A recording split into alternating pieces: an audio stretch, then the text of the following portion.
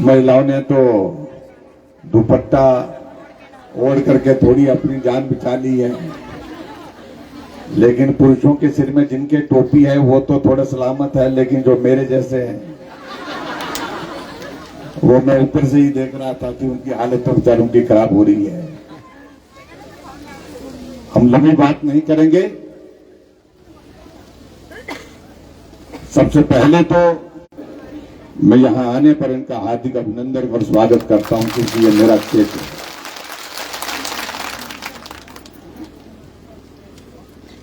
जब हम आ रहे थे तो हम बात कर रहे थे,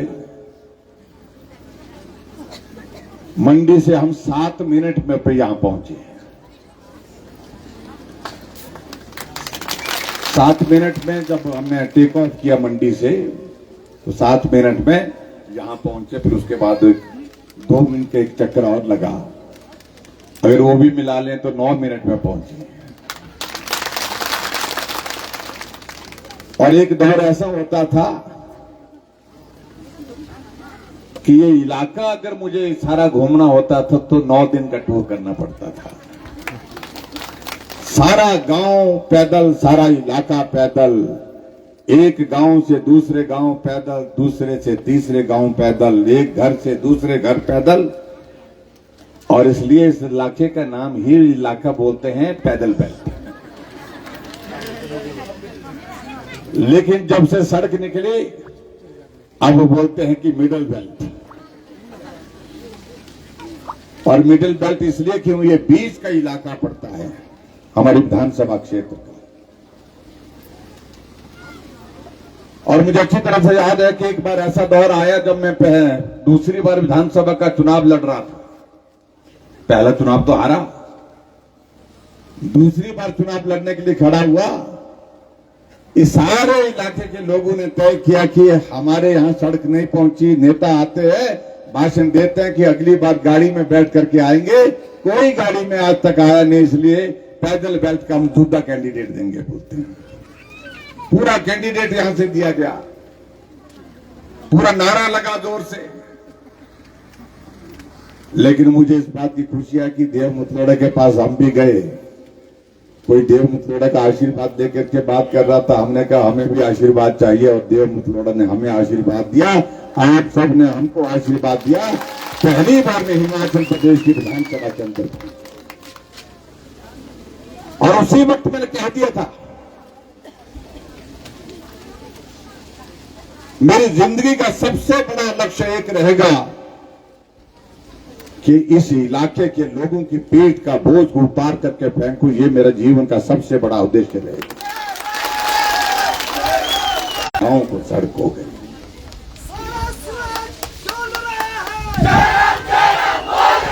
ऐसा लग रहा था कि पता नहीं कितने दशक लग जाएंगे, लेकिन फिर भी इसके बावजूद आप सबका सहयोग मिला, समर्थन मिला, और आप सबके आशीर्वाद से मैं हिमाचल प्रदेश की विधानसभा में 6ठी बार जब पहुंचा, उससे पहले मैंने आपकी पीठ का बोझ भी उतारा। और मैं इस बात को भी कह सकता हूं, हिमाचल प्रदेश में भी आज तक के इतिहास का सड़कों का निर्माण का कार्य 4700 किलोमीटर बना करके वो भी मैंने पूरे हिमाचल प्रदेश के पीठ के बोझ को उतारने की कोशिश की।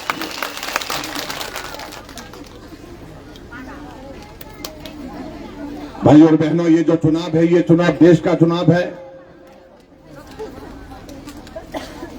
देश के प्रधानमंत्री बनने हैं, और हमारे लिए तो प्रसन्नता का विषय है कि हमारे तो प्रधानमंत्री बने हुए पिछले 10 वर्षों से बने हैं, अगले कई दशकों तक चलते रहेंगे।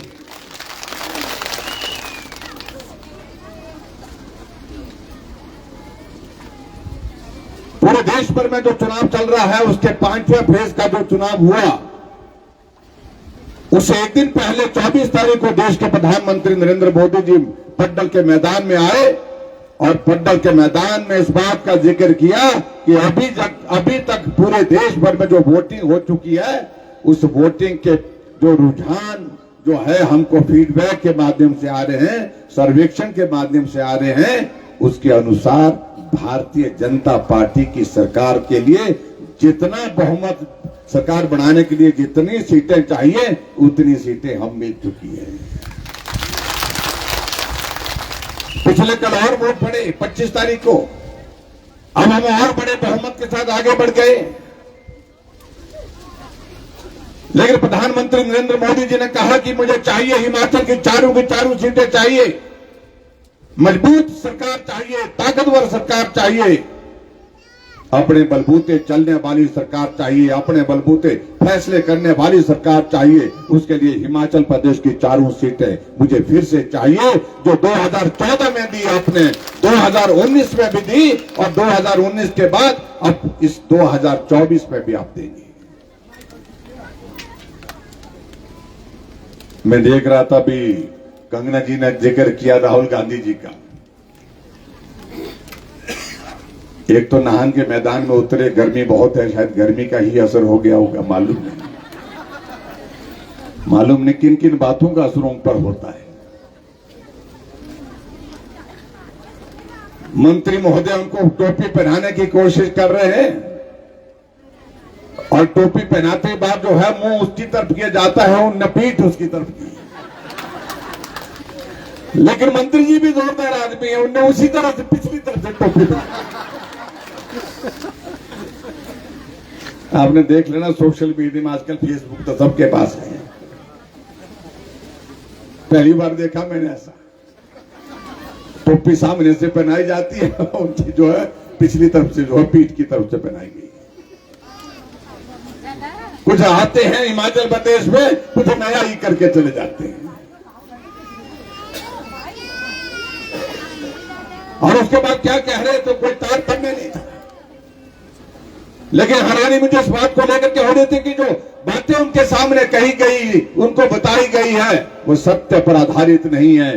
कह रहे थे कि सारी गारंटियां पूरी कर दी। गारंटी के लिए तो ये लोग सारे इंतजार कर रहे हैं। यहाँ पर सारी गारंटी का इंतजाम हम करेंगे बोलते हैं। 1 तारीख तो आने दो जरा। 1500 का जुमला नहीं चलेगा, नहीं चलेगा, नहीं चलेगा। 1500 का जुमला नहीं चलेगा। यह महिलाएं बैठी है, विधानसभा के चुनाव से पहले कहा वो सरकार बनने दो, 1500 थारे खाते में। कैबिनेट की पहली बैठक में फैसला लिया जाएगा।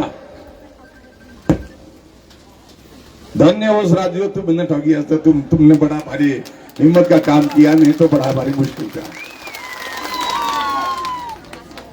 हम देव धरती में रहने वाले लोग हैं, हमको पता हो जाता है कि झूठ क्या है, सच क्या है। 15 महीने से 16 महीने से हिमाचल प्रदेश में सरकार चली है कांग्रेस पार्टी की। जब 15 महीने में 1 पैसा नहीं दिया, लोकसभा का चुनाव आया तो फिर लगे हुए आप लोगों को न्यूनतम देने, आओ आओ सब आओ भाई, फार्म भरो, फार्म भरो।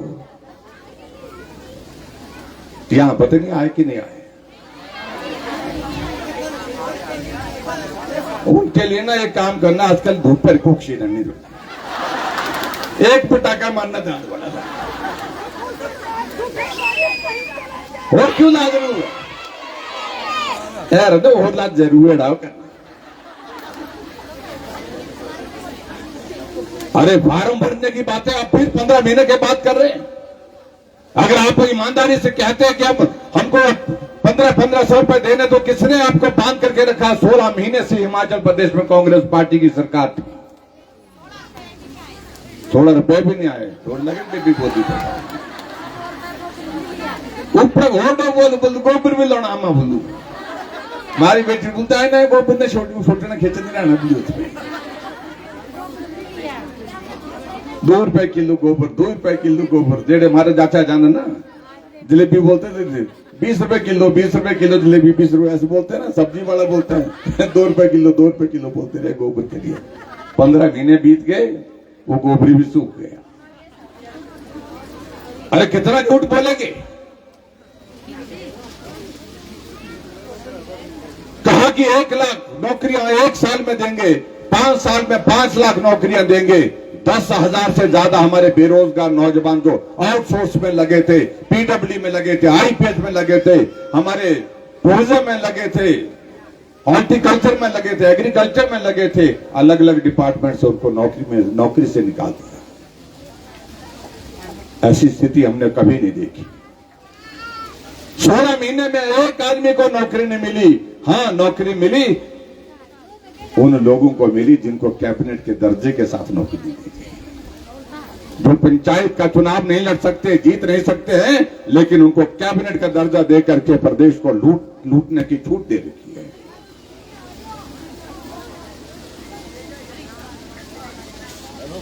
और हम यहां आप सबके बीच में इतना जरूर कहना चाहते हैं, हमने झूठ नहीं बोला, हमने गारंटी नहीं दी, हमने फॉर्म नहीं भरा, यहां माता बहनें बैठी हैं, हमने कहा कि आधी आबादी है आपकी, कुल आबादी का आधा हिस्सा है, इसलिए आने जाने का बसों का किराया भी आपसे आधा लिया जाएगा। लिया जाता कि नहीं लिया जाता है? जोरे बोला था। हमने कहा कि भाई हम गरीब लोगों का जो बिजली का खर्चा ये माफ होना चाहिए। हिमाचल बिजली पैदा करके दूसरे प्रदेशों को बेचता है और हमने 125 यूनिट बिजली को मुफ्त कर दिया, फ्री कर दिया आप सबके लिए। आज बिल आता है बिजली का, लेकिन कितना आता है? कितना आता है? 0 आता है। देशला के हमारे बोधामती 300 यूनिट होती है। उन सारी चीजों में अब जाना नहीं चाहता हूं। भाई और बहनों, ये सरकार देश की सरकार बननी है और देश के लिए मजबूत नेता चाहिए। मजबूत नेता सिर्फ एक है, जिनका नाम नरेंद्र मोदी है, दूसरा कोई है ही नहीं। आप पूरे देश भर में आज हालात देख रहे हैं, विपक्ष बड़े चुनाव तो लड़ रहे हैं, लेकिन सरकार बनाने की बातें कोई नहीं कर पा रहा है। कोई सुना आपने कि देश में अगर सरकार दूसरी पार्टी की बनेगी तो कौन प्रधानमंत्री बनेगा? कोई बोलता है? नाम सुना है ही नहीं, बेजामुका। ये पहली बार मैं देख रहा हूं कि इस तरह के हालात है देश में। जब चुनाव तो हो रहा है और एक पार्टी के नेता के लिए पूरे देश ने एक बुलंद आवाज में कह दिया कि मोदी जी ही बनेंगे, सिर्फ मोदी जी ही देश के प्रधानमंत्री बनेंगे, आएंगे तो मोदी ही। और दूसरी तरफ जो है, आएंगे तो पता नहीं, कोई पता नहीं। ये हालात उनके हैं और हमारे सामने आदरणीय प्रधानमंत्री जी ने इस देश के लिए जो किया है, राम मंदिर का निर्माण हो गया, शिला पूजन का भी काम आपने देखा और भूमि पूजन के बाद प्राण प्रतिष्ठा का कार्यक्रम भी आप सब लोगों ने देखा। 5 लाख से ज्यादा लोग एक दिन में वहां पर दर्शन करने के लिए जा रहे हैं। बोलो जय श्री राम। हाँ, धारा 370 समाप्त हो गई। महिलाओं के लिए आरक्षण की बातें होती रहती थी और होने का आनंद लेते थे, लेकिन अब महिलाओं का आरक्षण लोकसभा राज्यसभा में पारित हो गया। आने वाले समय में महिलाओं को हिमाचल प्रदेश में 22 सीटें मिलेंगी, 22 सीटें मिलेंगी, 22 सीटें। यहां सब लोग तालीम जाते हैं, पुरुष भी तालीम जा रहे हैं, बहुत अच्छा लग रहा है मुझे। है तो कोई बात नहीं, चलो क्या करना है, वोट में फेर आ रहा। लेकिन आनंद की बात और हिमाचल प्रदेश में लोकसभा के चुनाव में, और शायद मुझे लगता है पूरे देश भर में, ये शुरुआत हिमाचल प्रदेश से हो गई।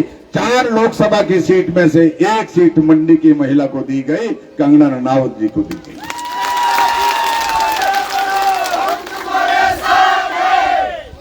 गरीबों के लिए, हर किसान के लिए, जो गरीब किसान है उनके लिए किसान सम्मान निधि का 6,000 रुपए खाते में आ रहा है। 80 करोड़ से ज्यादा लोगों को मुफ्त इलाज मिल रहा है, मुफ्त राशन पूरे देश भर में दिया जा रहा है। 25 करोड़ से ज्यादा लोग जो गरीबी रेखा से नीचे थे, उनको गरीबी रेखा से ऊपर लाने में आदरणीय प्रधानमंत्री नरेंद्र मोदी जी ने अपना योगदान दिया।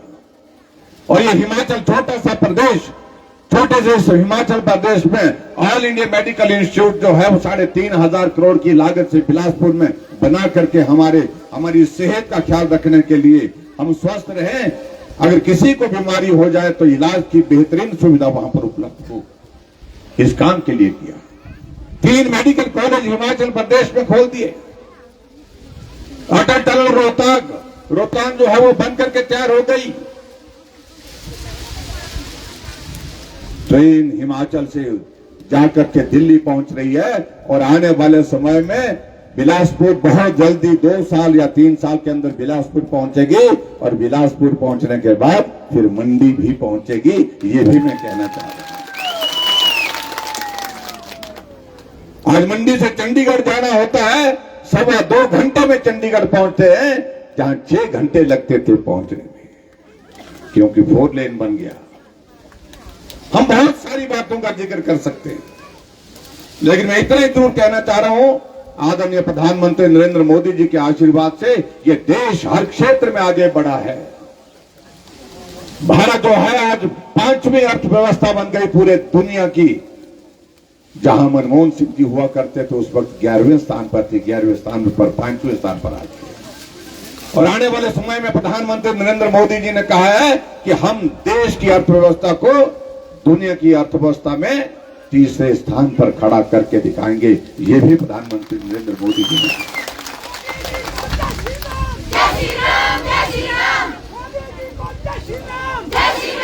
ये सारी बातें हम आप ऐसा नहीं कह रहे हैं, ये हकीकत है जमीन पर जो दिखती है। आयुष्मान भारत के अंतर्गत अभी प्रधानमंत्री जी ने घोषणा की है कि जो बुजुर्ग लोग हैं, जो बुजुर्ग जिनकी 70 साल की आयु हो गई, 70 साल के ऊपर सभी बुजुर्गों को आयुष्मान भारत के अंतर्गत कवर किया जाएगा, क्योंकि बुढ़ापे में उम्र जब ज्यादा हो जाती है, स्वास्थ्य में बहुत सारी बीमारियां भी लग जाती हैं, इलाज उनका ठीक प्रकार से हो। अगर पैसा नहीं है तो भी सरकार उसके लिए 5 लाख रुपए की इलाज की व्यवस्था करेगी। ये हमारे देश के प्रधानमंत्री नरेंद्र मोदी जी ने। अब करने को बचा क्या, कांग्रेसी परेशान है, फिर उल्टा सीधा करने की कोशिश करते हैं। मैं हैरान हुआ इस बात को लेकर के, उनको लगा कि भाई प्रधानमंत्री जी आ रहे हैं, प्रधानमंत्री जी मंडी आ रहे हैं, तो क्या कर दिया कि पूरा मंडी का पड्डल की बुकिंग जो है कांग्रेस ने अपने नाम पर जो है 3 दिन की कर दी, 27, 28, 29 तारीख की बुकिंग कर दी, ताकि प्रधानमंत्री को जगह ही नहीं मिलाने। मैंने कांग्रेस के नेताओं को पूछा, मैंने कहा कौन नेता है, मुझे बता रहे नेता मुझे खास मैंने कहा अच्छा खुना बोल कोई भी आ जाएगा। मैंने कहा 27 को भी आएगा, 28 को भी आएगा, 29 को भी आएगा, हाँ लगा रहेगा कार्यक्रम, इलेक्शन लगा ना बोलू सब लगना अच्छा। मैंने कहा हाँ भाई गजब की बात है। इसलिए सिर्फ रोकने के लिए कि मोदी जी ना आ सके, इसलिए ग्राउंड की ही बुकिंग कर दी। और हमने भी जो है फिर स्कीम बनाई, हमने कहा अगर इन्होंने बुकिंग कर दी तो हम ऐसा करेंगे इनको पता ही नहीं लगने देंगे। हमने कार्यक्रम बढ़ाया, 24 तारीख को मोदी जी पड्डल के मैदान में पहुंचे और उसके बाद जो जनसैलाब वहां पर आया, जो लोग आए, पड्डल भर गया, बाजार भर गया, मंडी शहर का चप्पा चप्पा भर गया, आदमी को चलने के लिए जगह नहीं बची। फिर मैंने कांग्रेस के नेताओं को पहुंचा, मैंने कहा आपके नेता आ रहे, नहीं आ तो रहे, अब मंडी से ना हमने बदल दी जगह। हमने कहा क्यों बदली भाई, तुमने कहा कि बड़े बड़े नेता है हमारे। हमने कहा क्या कारण हुआ भाई, ये क्या है।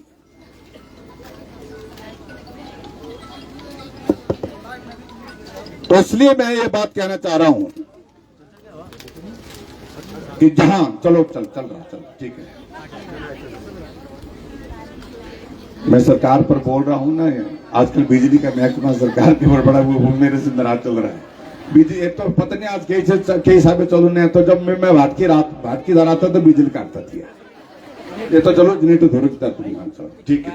तो इसलिए मैं आपको बता रहा हूं, मैंने कहा अब कौन नेता रहा है, बोलते नहीं बोला हमने मंडी करनी हस्ती, मुमकिन करनी हस्ती, इसलिए नहीं हो पा रही है मंडी रैली, क्योंकि उनको पता है कि मोदी जी आए तो पूरा मंडी भर गया, पड्डल भर गया, कोई जगह नहीं बची, तो हमारा नेता आएगा तो पड्डल खाली रहेगा, इसलिए मंडी नहीं कर रहे हैं। कहां कर रहे हैं, प्रियंका गांधी की रैली कुल्लू कर रहे हैं। लेकिन कुल्लू में प्रियंका गांधी जी 29 को आ रही है, 30 तारीख को हमारे योगी जी आ रहे हैं। हमने कहा जहां भी आएंगे हिसाब बराबर करके जाएंगे, आप चिंता मत करिए। इसलिए मेरा आप सबसे इतना निवेदन है, मैं जितना समय आप सबके बीच में गुजारना चाहता था, इस चुनाव के सिलसिले में वो संभव नहीं हुआ। पूरे हिमाचल प्रदेश में जाना हुआ, मंडी लोकसभा क्षेत्र में हम बहुत ज्यादा सभी जगह गए, लेकिन मैं इतने में अरे भाई क्या हेलो मंडी लोकसभा क्षेत्र में सभी जगह हम गए हैं और जाकर के मैंने इस बात को देखा है कि जहां भी जाना हुआ है लोग ही लोग हैं। भारी जन समर्थन भारतीय जनता पार्टी की हमारी कैंडिडेट कंगना रनौत जी को मिल रहा है। और कांग्रेसी प्रचार करने की कोशिश कर रहे हैं। और यहां जो कांग्रेस पार्टी के कैंडिडेट चुनाव लड़ रहे हैं उनको पूछिए कि हमारा डिग्री कॉलेज बागा चुनौती में दिया था, उसको बंद करने का क्या औचित्य था? ये इलाका दुर्गम इलाका है। यहाँ के बच्चों को अगर हमने कॉलेज के लिए व्यवस्था दी थी, यहाँ पर कॉलेज का नोटिफिकेशन कर दिया था, जिसको डिनोटिफाई कर दिया, और आप उसी कैबिनेट में बैठे थे जहां ये फैसला लिया गया कि बागा चुनौती का कॉलेज बंद कर दिया जाता है। क्या जवाब है आपके पास? आपकी माता जी सांसद हैं और उनके सामने उनको भी इस बात का जवाब देना चाहिए। या बागा चुनौती में अपने इलेक्ट्रिसिटी बोर्ड का सब डिवीजन दिया, वो भी डिनोटिफाई कर दिया। बागा चुनौती में हमने पीएससी दी है, पीएससी का दर्जा बढ़ाकर हमने कहा ये सारा इलाका जो है वो ऐसा इलाका पिछड़ा हुआ, यहां पर सीएचसी बननी चाहिए, सीएचसी की वो भी बंद कर दी। और आपके यहां पर गवर्नमेंट सीनियर सेकेंडरी स्कूल जो हालड़ को बनाया तो वो भी बंद कर दिया। खबरेज में दिया हाई स्कूल तो वो बंद कर दिया। आयुर्वेदिक डिस्पेंसरी सराची दी वो बंद कर दी। और एग्रीकल्चर का सेल सेंटर यहां पर हमने भाटकीदार में दिया वो बंद कर दिया। नेचर पार्क यहां दिया, सुबैनीदार में वो बंद कर दिया। रहा क्या बंद करने को भाई? हमारा तो सब कुछ बंद कर दिया। आओ अब हम भी एक फैसला करते हैं, हम भी इनका सब कुछ बंद कर देते हैं। और उसके लिए तारीख तय हुई है 1 तारीख। 1 तारीख को आप लोगों ने इस बात को याद रखना, इन्होंने तो सराज विधानसभा क्षेत्र क्या पूरे हिमाचल प्रदेश में ही सब कुछ बंद कर दिया। और मेरे विधानसभा क्षेत्र के बारे तो यहाँ के जो कैंडिडेट कांग्रेस पार्टी के हैं वो तो इस बात को लेकर के कह रहे हैं कि ज्यादा हमने सराज में काम किया। क्या मैं सराज का विधायक नहीं? मुख्यमंत्री तो बाद में बना। मुझे इस क्षेत्र में अगर विकास करना था, विकास करने के लिए आप लोगों ने चुना है। अगर मैं सड़कें बनाई है, अगर वो इसका विरोध कर रहे हैं तो हम इस विरोध के लिए सहन करने के लिए तैयार हैं, क्योंकि हमारा लक्ष्य था कि सराज विधानसभा क्षेत्र के लोगों के पीठ का बोझ उतारना। वह सराज में भी उतारा और पूरे प्रदेश भर में 4700 किलोमीटर सड़क बना करके पूरे प्रदेश का बोझ भी उतारा।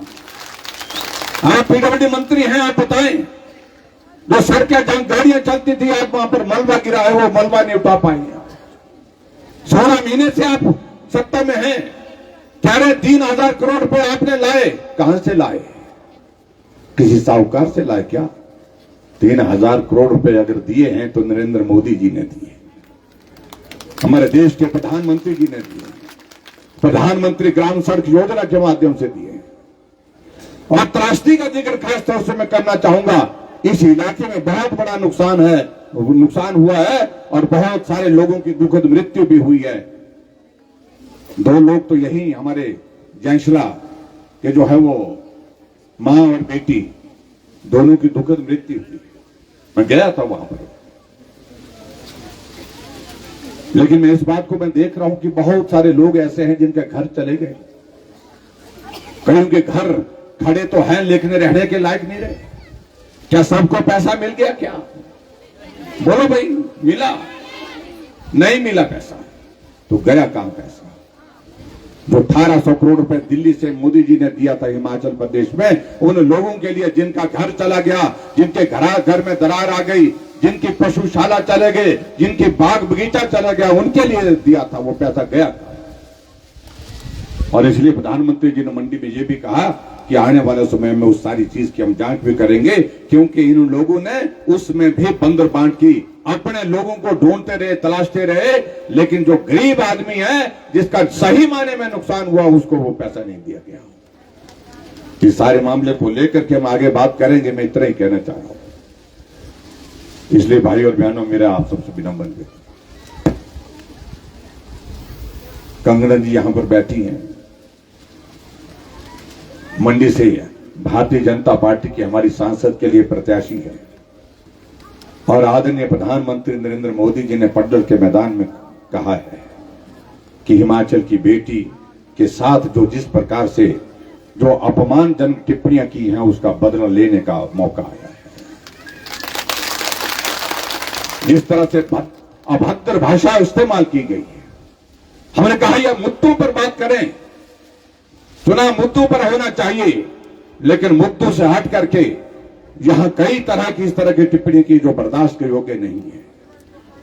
इसलिए मैं आप सबसे यही कहूंगा कि कंगना जी एक मेहनत करने वाली, संघर्ष करके जहां पहुंची है, फिल्म जगत में अपनी पहचान बना करके निश्चित रूप से आप सबकी सेवा भी उसी तरह, उसी लगन के साथ करेंगे, उसी परिश्रम के साथ, मेहनत के साथ करेंगे। और इस बात के लिए मुझे आप सबके लिए से ये निवेदन करना है कि पहली शुरुआत आपको करनी होगी। एक बार आप मदद करिए और उसके बाद मदद करने के लिए कंगना जी और हम सब लोग आप सबके बीच में आएंगे। जहां जो जिस चीज की जरूरत होगी, विकास की जरूरत होगी, उस काम को हम पूरा करेंगे। इतनी बात कहते हुए मैं यही कहूंगा कि सब लोगों से कि वोट देने जरूर जाना, ज्यादा से ज्यादा वोट देना, और सबके रिश्तेदार, बच्चा पढ़ाई के लिए बाहर गया है, नौकरी के लिए बाहर गया है, उन सबको कहें घर में आए, मोदी जी को देश का प्रधानमंत्री बनाना है और कंगना जी को सांसद बना करके हमने भेजना है। और इसलिए 1 तारीख को सिर्फ एक चीज, तारीख 1 और काम भी 1 और नंबर भी 1। पहले नंबर पर कंगना जी का चुनाव चिन्ह पहले नंबर पर है, और पहले नंबर पर आप लोगों ने बटन दबा करके अपना आशीर्वाद देना है। और उसके लिए मैं आप सबसे इतना ही निवेदन करना चाहता हूं कि डट करके जैसे आपने विधानसभा के चुनाव के लिए जयराम ठाकुर को वोट दिया है, समर्थन दिया, आशीर्वाद दिया है, वैसा ही आशीर्वाद बहन कंगना जी के लिए भी आप सबकी ओर से होना चाहिए। यही निवेदन करते हुए आप सबका बहुत बहुत धन्यवाद। जय हिंद, जय